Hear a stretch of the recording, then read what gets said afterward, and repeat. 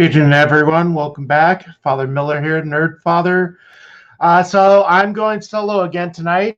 So we'll see how this goes. It's been a busy last few weeks.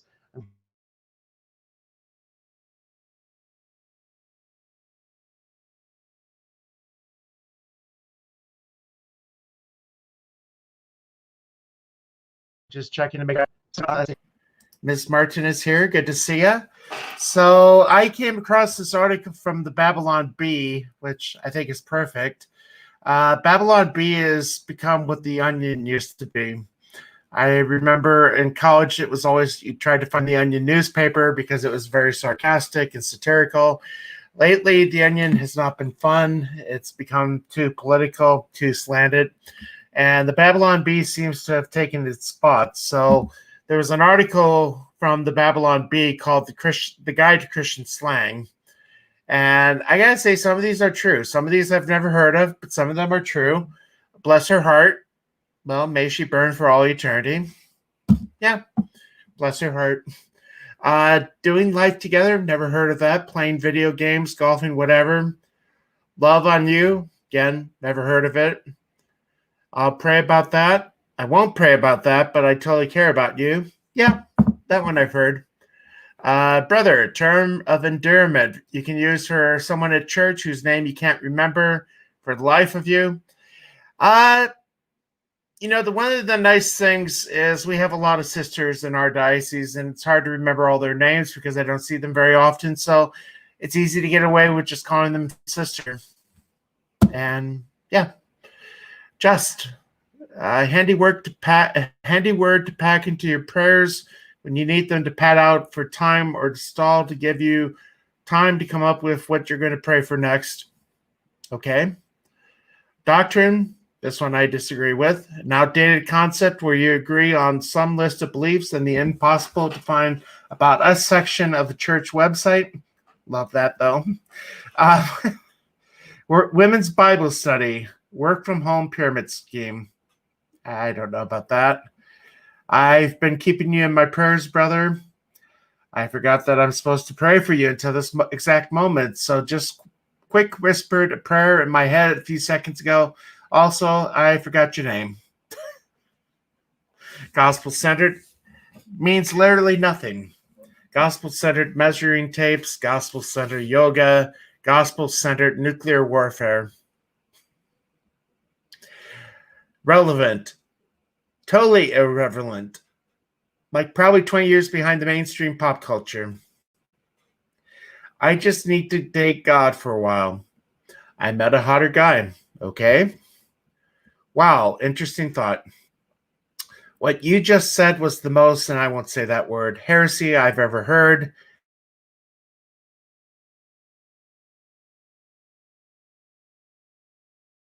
That ministry opportunity right now. I don't want to. The Lord is laying this on my heart. I want to. Love this list. This is fun. Let's sing that bridge together one more time. Let's sing that bridge together 17 more times. Too blessed to be stressed. I lost 5,000 selling essential oils from home this month. Short-term mission trip. Church-sponsored vacation. I stumbled a few times this week. I looked at porn again. I'm being persecuted. The Christian meme I posted on Facebook got 0 likes. Intentional. Kind of being unintentional, but now you say it's intentional, so it's better. Extreme. I've never really used that. A label for youth ministries that are so extreme that the E couldn't even take it anymore and just exploded from all the awesomeness, relevant, and yeet-filled dopeness. I'm doing fine. I'm not doing fine. Hedge of protection. Praying a hedge of protection is basically having God build a $21 billion border wall around your life. Okay? Traveling mercies. Mercies that basketball players often pray for after committing a foul. Nice. Come as you are, you can wear flip-flops at our church. Prayer request? Gossip. Unspoken prayer request. Probably gout. or something really gross. So, yeah, fun article from the Babylon Bee. Good to see you, Stephanie. I hope all is well down there. I have to get back to St. Louis one of these days. The last time I was down in St. Louis was the last time I was home to see my parents. I had a fun talk with the vicar for clergy for our diocese earlier this week. Just one of the things that's kind of been hard over the last year and a half, 2 years, is I've only been, last time I was home was in August of 2018. That's been a while. So good to see you, Chris P. So good to see people here. Like I said, I'm going to try to do this solo again.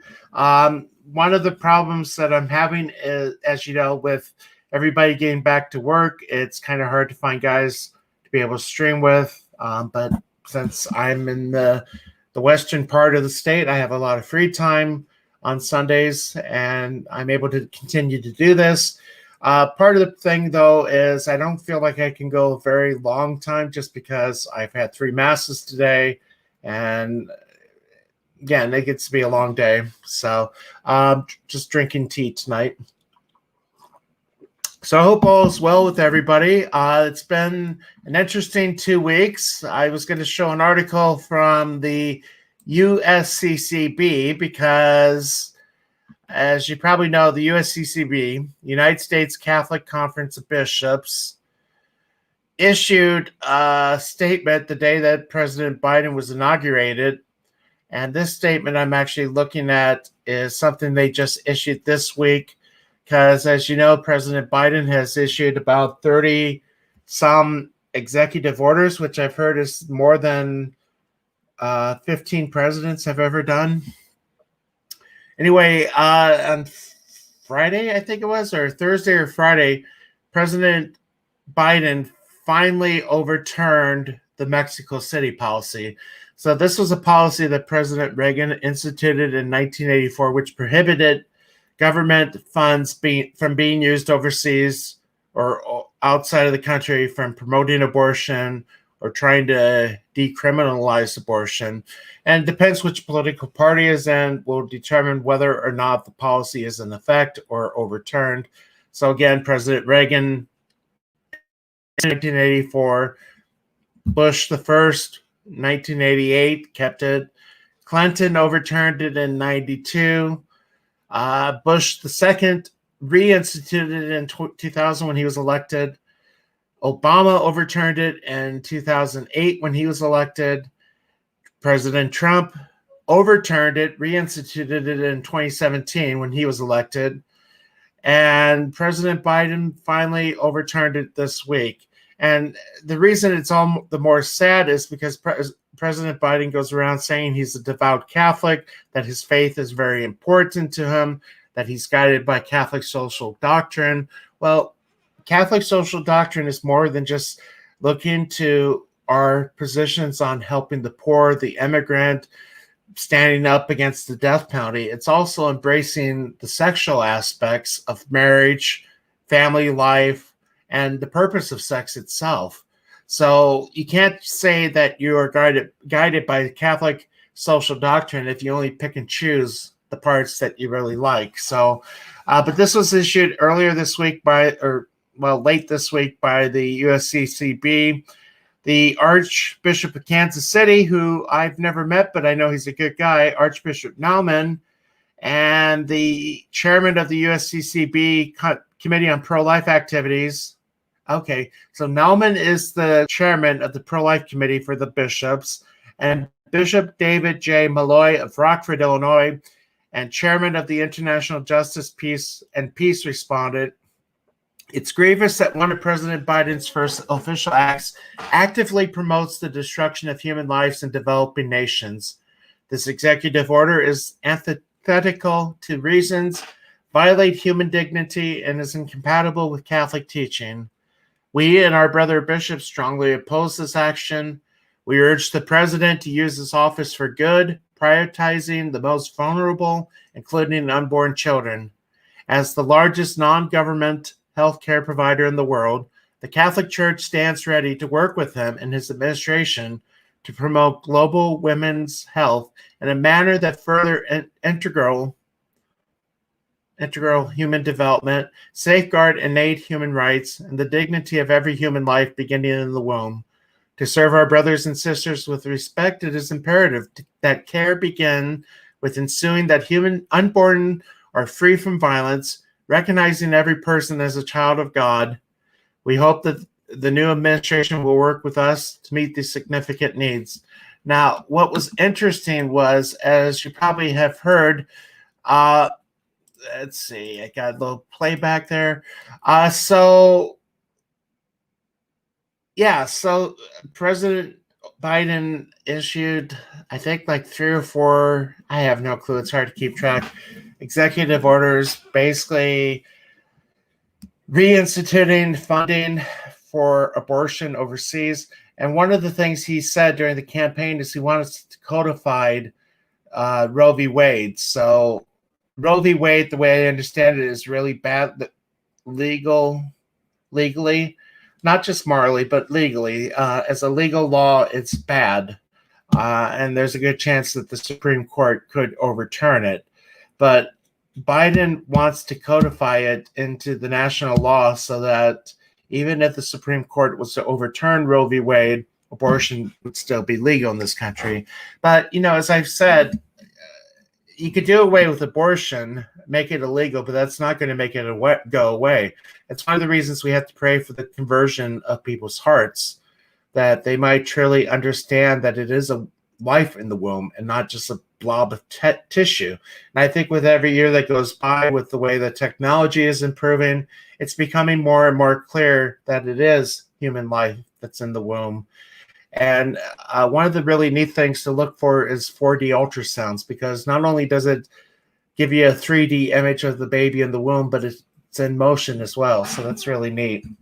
But Archbishop or Cardinal Cupich let me see if I can find the original article. Let's see. So I hope everybody, as I'm doing this, is doing well. Like I said, I'm going to continue to do this on my own for a bit. If you have any questions, whatever you want answered, I'll try to do my best. Okay, there we go. Okay, so this is from Archbishop. Oh, it came up. So I'm still learning how this works. So Archbishop Gomez is the Archbishop of Los Angeles, one of the largest dioceses in the nation. He should have a red hat. He should be a cardinal, but he's not. And honestly, I don't think that's his intention. Archbishop Gomez is part of Opus Dei, basically Latin for work of God, founded by St. Jose Maria Escriva in the 30s. And Escriva died, I think, in 74, 75. Opus Dei has been something that's been near to my heart.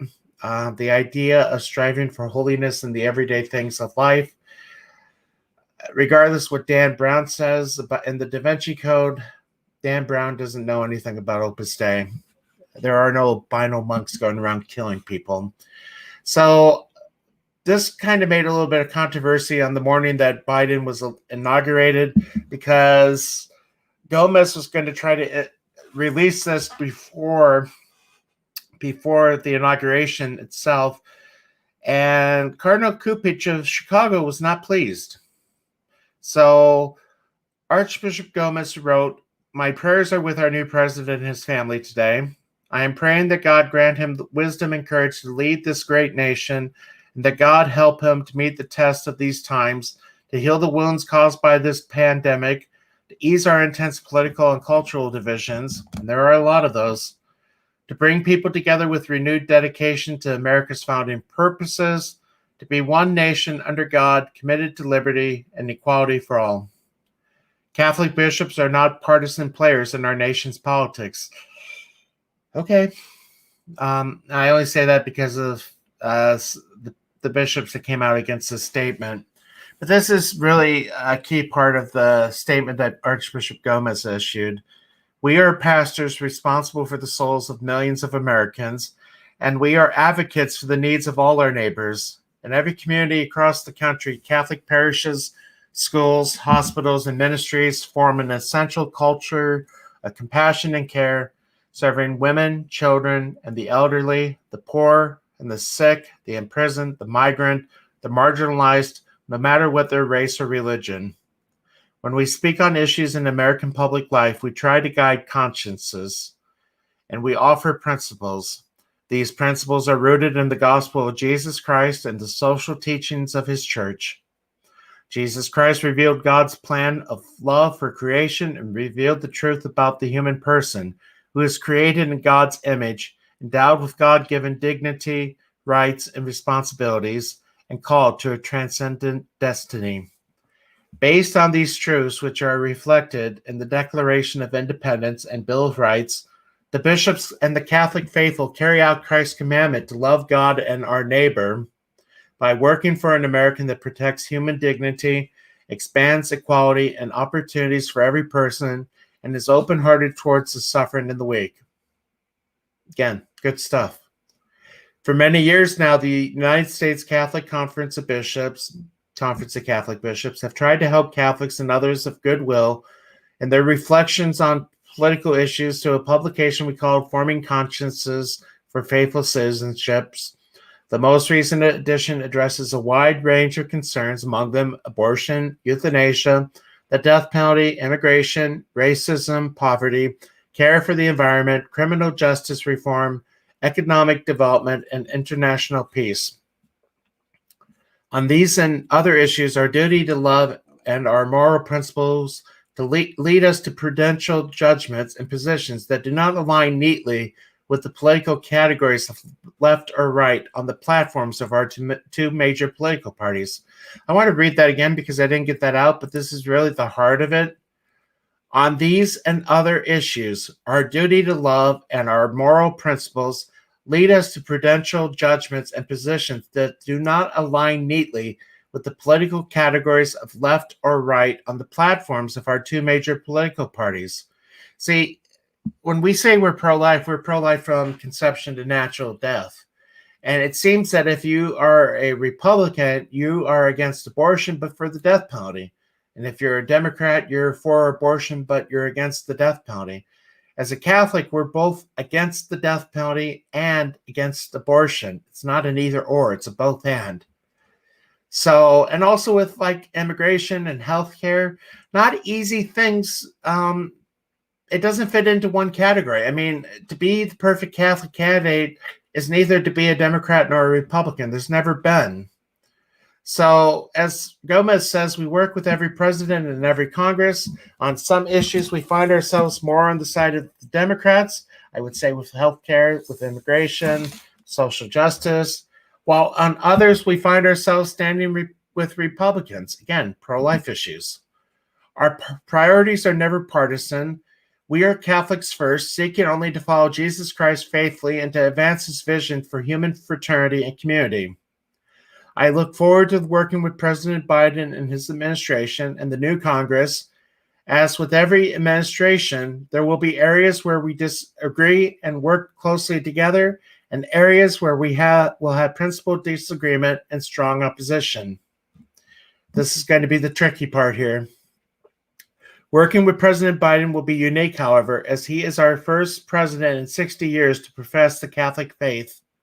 In a time of growing and aggressive secularism in American culture, where religious believers face many challenges, it will be refreshing to engage with a president who clearly understands in a deep and personal way the importance of religious faith and institutions.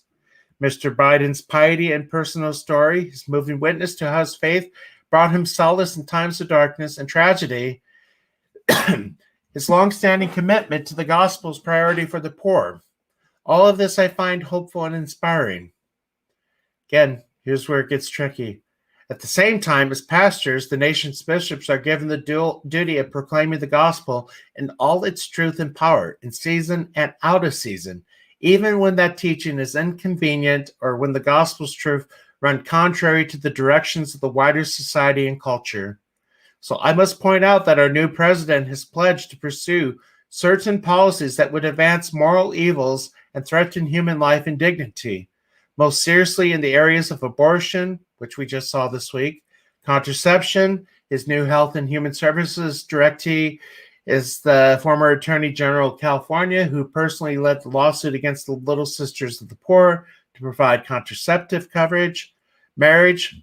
Biden's even officiated a same-sex marriage and gender. He also lifted I don't know the exact title, but it's allowing people to decide to compete in whatever gender they feel comfortable in, I guess. Of deep concern is the liberty of the church and the freedom of believers to live according to their conscience. So, let's see how we're doing. Just checking to see how many people. We got a few people watching. Dead Punk Gage, good to see ya. So I'll just continue with the statement. For the nation's bishops, the continued injustice of abortion remains the preeminent priority.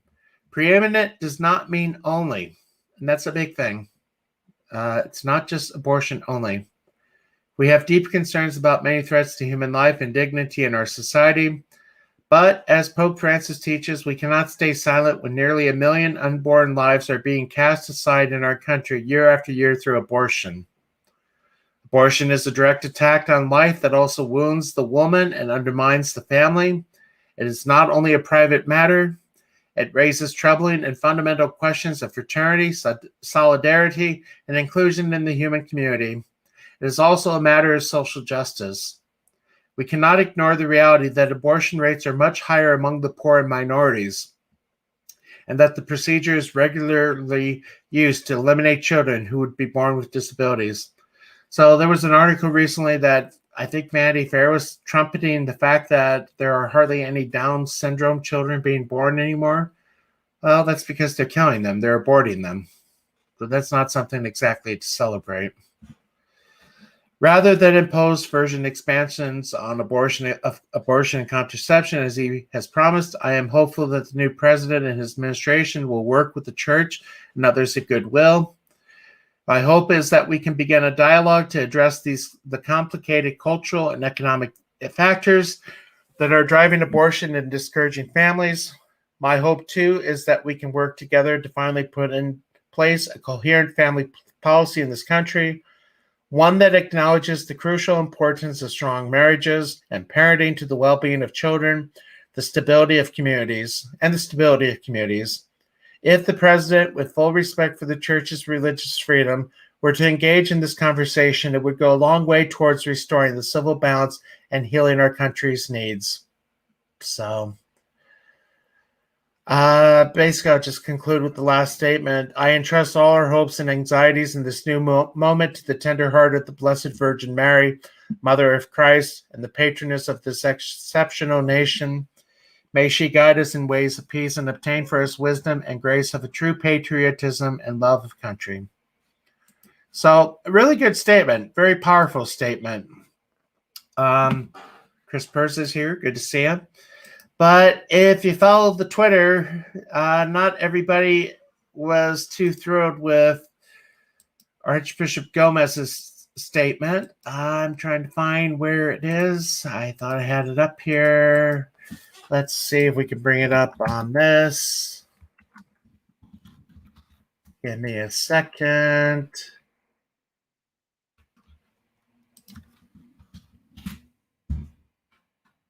Okay, come on.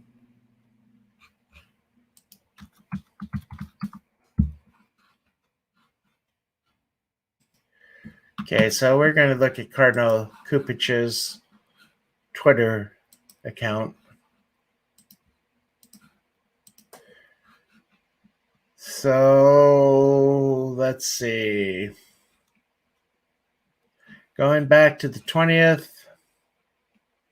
Okay, so here we go. So he kind of issued a whole rambling rant against what Archbishop Gomez did, basically stating that the United States Conference of Catholic Bishops issued an ill-considered statement on the day of President Biden's inauguration.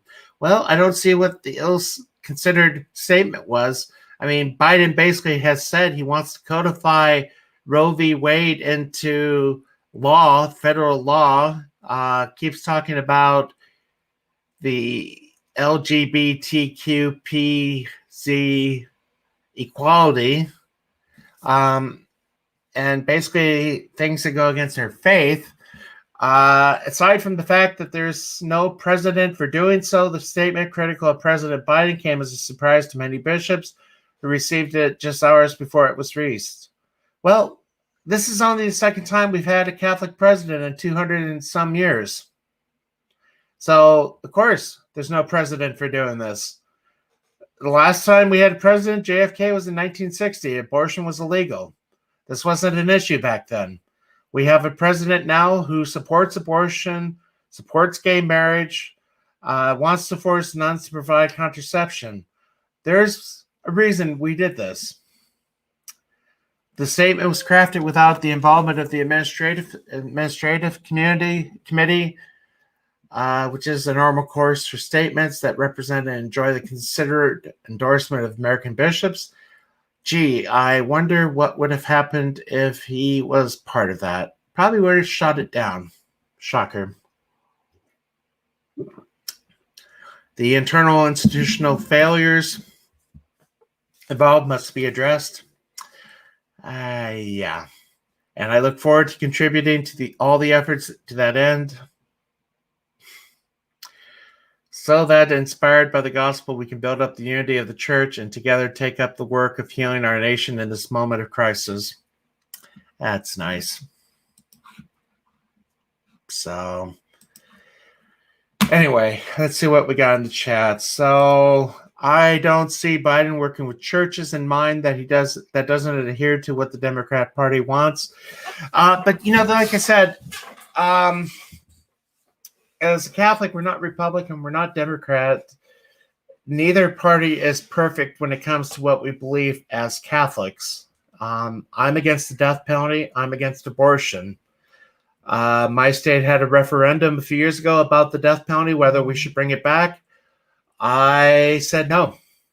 I basically encouraged my people to vote no on it because, as I usually say, I believe in a God that is a God of perfect justice and mercy, perfect mercy, ready to forgive the most hardened criminal who should repent. And until they take last breath, there's always a chance of repentance.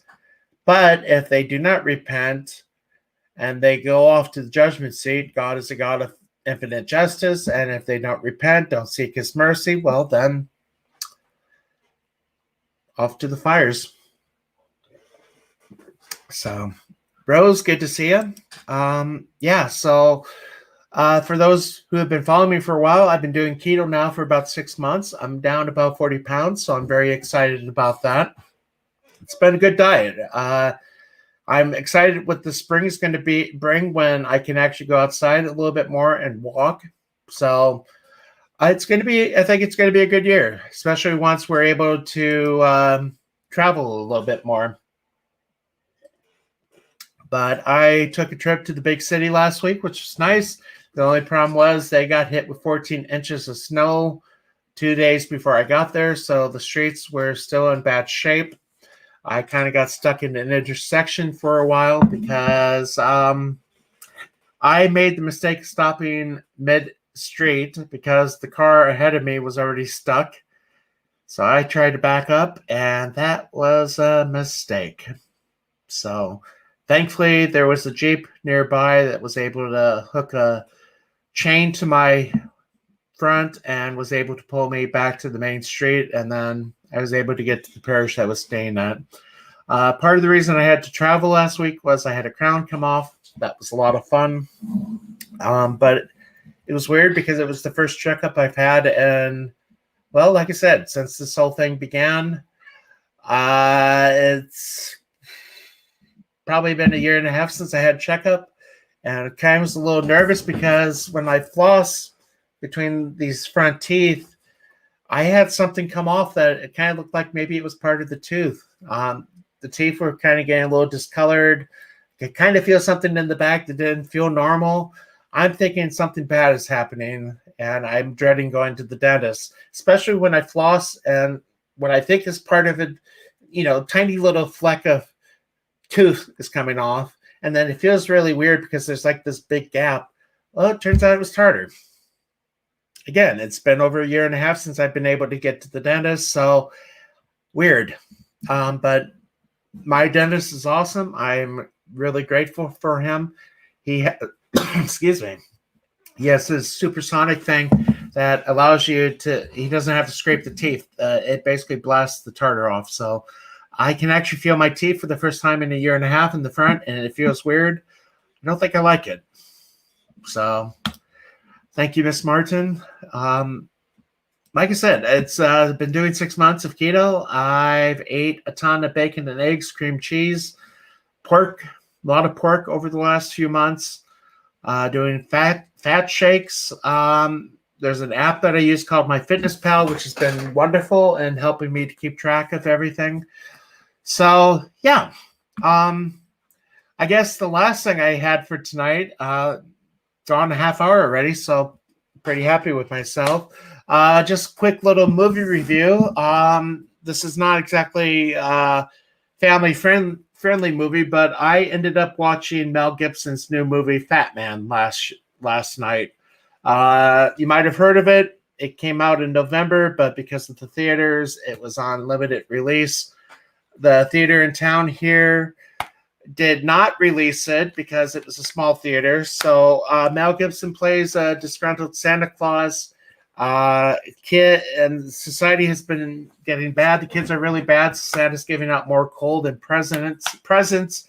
One kid who gets a lump of coal for Christmas decides to take out a hit on Santa, hires this guy, and mayhem assures. So I enjoyed it. I mean, it's rated R. There's a lot of profanity in it, but as I said, profanity doesn't really bother me. I don't think there was really that many of the Lord's name in vain, which is more the thing that I'm concerned about. So let's see. Must Run in the Family. We've not been in about 9 years. Not been in what, 9 years? I know I went to the family reunion. Are you talking? I went to the family reunion, I think 3 years ago.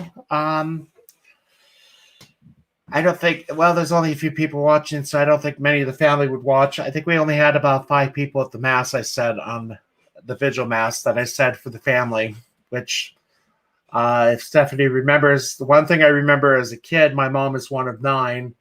And whenever we had the family reunion with dentist. Okay. Well, the thing I was just going to say, I remember going to Corpus Christi as a kid. Whenever we had the big family get-togethers, we would take up 3 pews. It was awesome. It was really neat to be able to make a big presence. Well, last reunion I went to, there was only 5 of us in the hotel room where I did mass. So, but anyway, I think that's about all I'll say on that. So, let's see. As a holy need, are you talking nerd? When are you going to get the Archbishop of the Omaha Diocese, George Lucas? I actually know him. Without exactly giving out my location, I am from Nebraska. And Archbishop Lucas is the metropolitan for this state. So I got to meet him. I asked to get a picture with him because for those that follow Odin's movie blogs, OMB reviews, Odin's a big Star Wars nerd like myself, so I had to get a picture with Archbishop Lucas to say that here I am with George Lucas. So, but will he be willing to do interviews on this? No. So, let's see. And yeah, I really do miss those get-togethers. I'll talk to you more offline on that. Was Fat Man good enough to earn a sequel with Santa teaming up with Krampus? Now, I've never seen Krampus. I heard about the movie. I think Krampus, the movie, was a little bit more violent. I mean, there is violence in Fat Man, but it's not gore violence like Krampus, I think. The only Krampus that I'm familiar with is American Dad, where Stan Smith's dad becomes Krampus and sings a song about beating up bad kids, and it's kind of fun. Let's see. Nicolas Cage and Mel Gibson have been making oddball films lately. Yeah, they have. As we know, Mel Gibson has had a long, long road back to redemption because of some of the comments he made a few years ago about. Well, I won't go into that, but I think we all know what it was that he did. Mel Gibson also is. I'm trying to think of how to say. I don't remember the exact name for the branch that he belongs to, but it would be a branch of the church that rejects the Second Vatican Councils. I don't think he's Society of St. Pius X, SSPX, as it's known. They are the followers of Archbishop Lefebvre, who in the 1980s went ahead and ordained new bishops without the Holy Father's permission, which, if you do that without the Holy Father's permission, comes with the automatic penalty of excommunication. I know that Pope Benedict worked greatly to bring the SSPX back into the church. He, I believe, lifted the excommunications of the bishops that were ordained. Lefebvre had been dead by now. The only problem is one of the bishops that had the excommunication lifted came out as a, how to say it without, basically a Holocaust denier. And I think the excommunication was reinstituted for this one bishop. I believe he was English. So I loved Gibson's Passion of the Christ. I was first year in the seminary, pre-theology 1, when that first came out, and I think I saw it 3 times in the theater. We went to see it as a seminary community. I think we went to see it on our own, and I can't remember because it's been almost 20 years since it came out. So, but you know, the Passion of the Christ is really a very good, powerful movie, but it's one of those movies that's up there with Schindler's List, where you could probably watch it once and you're content. Because really, it's a 3-hour execution film. It's really well done. It's very moving. I will say that when I first saw The Passion of the Christ, it helped really bring praying the sorrowful mysteries to life. Because, as we know, when we pray the Rosary, part of it is to meditate upon the mysteries of the Rosary as you're saying the Our Father, Hail Mary, and Glory Be. So not focusing on the words itself, but focusing on what's happening within the mystery. So The Passion of the Christ was awesome in doing that. And supposedly there is going to be a sequel dealing with the resurrection and the 40 days afterwards. So I'm hoping that will happen. And Jim Caviezel, as you probably know, is a devout Catholic. He gave a at the Sikh conference in Indianapolis a few years ago. So Chris Perza is here. I meant to click on Mark. Good to see you, Mark. So, yeah, I know. The problem is, from where I'm at right now, it's a 10-hour drive to see my parents. So without giving my exact location for everybody, Stephanie knows where my parents live. It's about a 10-hour drive to go home. So you can imagine how much further south it is to get there, down to your neck of the woods. So, but we've been going 40 minutes, so this has been good. Again, you know, with each solo stream that I've been doing, it's getting easier. It's weird just talking to myself. I have the headphones on because I didn't know if Father Galfont might join us, but it looks like he might not. Let's see. Schindler's List was kind of rough knowing what actually happened. I will say that was the first R-rated movie I snuck into. I was 17 when Schindler's List came out. I snuck into the theater to see it. Even then, I was into World War II history. I probably mentioned it, but my grandpa on my dad's side fought in Italy, so one of the things I did when I went to Italy 2 years ago was to take a trip down to the shore, which he was a part of the invasion of, and it was really neat just to be able to see the artifacts, the sites, the scenery where Grandpa fought. My mom's dad, Stephanie, my cousin's grandpa too, fought in the Pacific, and I really don't know a whole lot about his adventures. So it's just one of those I wish could know a little bit more. But anyway, World War II history is great. I have enough Sky Miles saved up that hopefully my next big trip, and like I said, it'll probably be a year or two before I can do it, will be to Normandy because I want to see the D-Day sites, and maybe London because I want to see the Churchill Museum, the War Ministry Museum, the Imperial War Museum, and all that other stuff. So, but tomorrow is my day off. Mondays is the sacred day off, and I guess I'll just show the other thing I bought. So I made the trip back from the big city yesterday, stopped at a Dollar General, and was able to get this on Blu-ray. I'm a big fan of I'm a big fan of Bing, but I'm also a big fan of Frank. And this is the Blu-ray collection of 5 of his musicals, Anchors Away, which I have on DVD. Saw it for the first time recently, loved it. Same thing with On the Town, love it. First time seeing it. Guys and Dolls, seen only a little bit of it, so I'm going to try to watch that tomorrow. Ocean's 11, which is a classic. It's a total Rat Pack movie. Love it. I have not seen the remake. I don't intend to see the remake. I don't want to see the remake. And then Robin and the Seven Hoods, which is another Rat Pack movie, plus Bing Crosby. So that's going to be my day off tomorrow. Basically, Mondays is trying to avoid doing any paperwork that I don't have to do. So, yeah. So with that, I think I'm going to start wrapping up. If there's any last questions. Let's see. Dead Punk says, my grandfather on my mom's side was in the Navy stationed in the Pacific. One of the great joys I had, I probably mentioned it, is my diaconate parish. No, not my diaconate parish. So I did 4 years of theology at St. Charles in Philadelphia.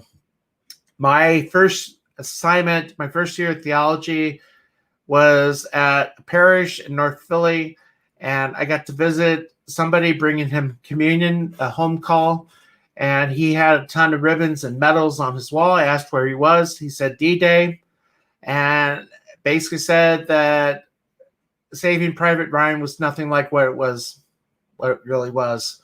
But the great joy I had was one of my classmates, Father Dallin, who's been on with me before.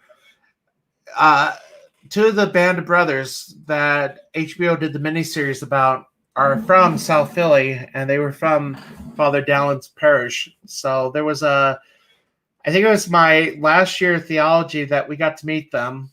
I remember postponing my trip back home for Holy Week by a day just so I could get to meet Bill Garnier and Babe Heffron. And that was just totally awesome. Because if you've seen Band of Brothers, Bill Garnier lost his leg at the Battle of Bastogne during the Battle of the Bulge. And Bill Garnier was one of the people that liberated a concentration camp. So just, again, awesome guys. What do you say to somebody that, I mean, not much you really can say. So, but with that, I think I'm going to wrap up. If Miss Martin's here still, I'm planning on doing the first Saturday Faith and Fantasy chat next Saturday. First Saturday chat coming up. So I'm going to try to send out a message tonight to our participants. For those that don't know what that is, it's I think this will be our 5th chat where it's been myself, Miss Martin Muses. Hey there. So give the puppy a pat on the head for me. So it's Miss Martin Muses, Lady Gravemaster, who produces Gary Nerdrotic show.